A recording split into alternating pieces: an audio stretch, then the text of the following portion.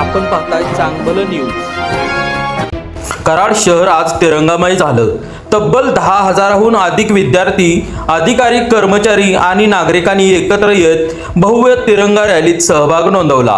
स्वातंत्र्य दिनाच्या पार्श्वभूमीवर आयोजित ही रॅली लाहोटी कन्या प्रशालेपासून सुरू होऊन कमानी मारुती मंदिर, चावडी चौक, आझाद चौक मार्गे दत्त चौकापर्यंत काढण्यात आली।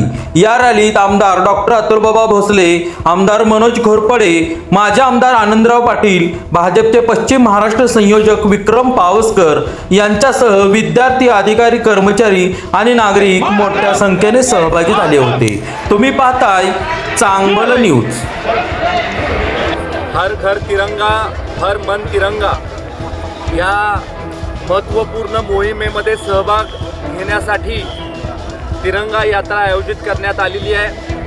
महाराष्ट्रामध्ये ज्या भव्य तिरंगा यात्रा घेण्यात आल्या, देशामध्ये ज्या भव्य तिरंगा यात्रा घेण्यात आल्या, त्याच्यामधली एक कराडमध्ये आयोजित करण्यामध्ये प्रशासनाला, नागरिकांना, खेळाडूंना, ज्येष्ठ नागरिकांना, स्वातंत्र्य सैनिकांना आणि राजकीय सामाजिक कार्यकर्त्यांना देखील यश आलं। आपण आज पाहत असाल की अत्यंत भव्य असा सहभाग या तिरंगा यात्रेमध्ये झालेला आहे। देशाच्या पंतप्रधानांनी जी अपेक्षा केली की सगळ्या जाती धर्माचे, सगळ्या वर्गामधले लोक याच्यामध्ये सहभागी व्हावे आणि देश प्रथम, राष्ट्र प्रथम ही भावना दृढ करण्यासाठीचा प्रयत्न जो देशामध्ये आहे त्याला बळकटी देण्याचा एक प्रयत्न हा कराडमधून होतोय।